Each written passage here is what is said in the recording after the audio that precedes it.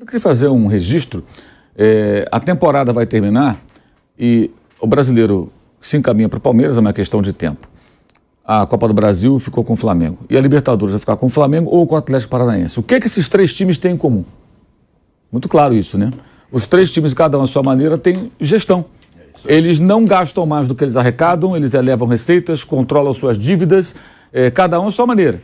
Pode discutir lá o personalismo do Petralha, podemos discutir os equívocos graves que o Flamengo comete na formação do seu elenco, isso ficou claro ontem. A gente pode discutir se o Palmeiras não poderia, de repente, contratar alguns jogadores mais talentosos, com o dinheiro que tem, ao invés de apostar em muitos atletas que podem ou não brilhar no futuro. São detalhes, mas são vencedores. O Atlético é o atual campeão da Sul-Americana, o Palmeiras é o atual campeão da Libertadores, bi, e o Flamengo é o atual campeão da Copa do Brasil.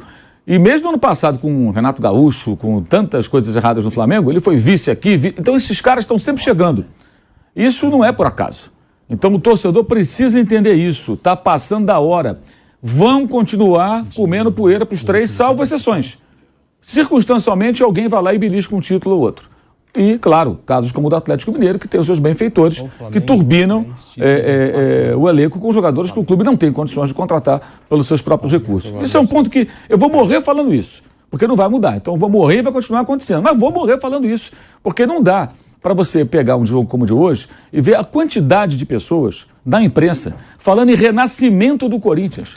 O renascimento passa pela saúde financeira, passa pela gestão. Como é que você renasce se você tem uma dívida colossal, uma dívida do estádio que empurra com a barriga? Eu pego aqui, em julho, saiu matéria sobre o superávit do Corinthians. Aí eu perguntei para o César Grafietti, né, que é o homem, o meu oráculo de todos nós que tentamos entender o assunto, para entender sobre finanças de clube, né? Porque eu não sou economista, né? Eu sou jornalista, mas eu pergunto para quem sabe, né? Ô, bonitão, como é que funciona? O Grafietti fala. Eu perguntei, vem cá, e essa coisa do superávit? Ele fala, é a estratégia de sempre. Notícia boa, é agenda positiva falar em superávit. Então continua a expectativa de conquistas para aumentar as receitas, tentar fazer uma aproximação, mas não resolve o problema, só empurra para frente, como eu mesmo tinha dito para ele. Então isso você pode chamar de doping financeiro, você contratar jogadores que você não tem condições de pagar, ou você não prioriza as suas contas, você empurra as dívidas e você investe no time. O Cruzeiro fez isso, claro, o caso do Cruzeiro não é igual ao do Corinthians, é muito diferente. Mas o mecanismo em correlação à montagem do time é parecido. Ganhou 2 Copas do Brasil, com times que não podia ter. Aliás, o Arrascaeta estava lá, né, fazendo gols decisivos contra o Flamengo e contra o Corinthians, nos 2 anos. O Cruzeiro tinha condições de ter o Arrascaeta? Na prática não tinha, porque inclusive devia ao defensor do Uruguai quando o Flamengo foi lá contratá-lo. Não tinha nem quitado o jogador e o contratou muito mais barato do que vendeu. Então acho que esse é um ponto sempre importante. Quando o Corinthians perde ontem, é um castigo. Também. É um castigo porque a gestão do Corinthians é errada. O Corinthians é gigantesco, tem capacidade de fazer receitas muito grandes, de arrecadação, uma torcida apaixonada, que eu não tenho dúvida. A torcida do Corinthians, se o Corinthians entrasse na linha para colocar a casa em ordem durante alguns anos, ela não abandonaria, ela apoiaria, como a do Flamengo apoiou, durante aquele período longo ali de vacas magras, com jogadores fracos, mas organizando a casa. Mas quem quer tomar esse remédio amargo? Qual o dirigente que quer passar por isso? Não querem.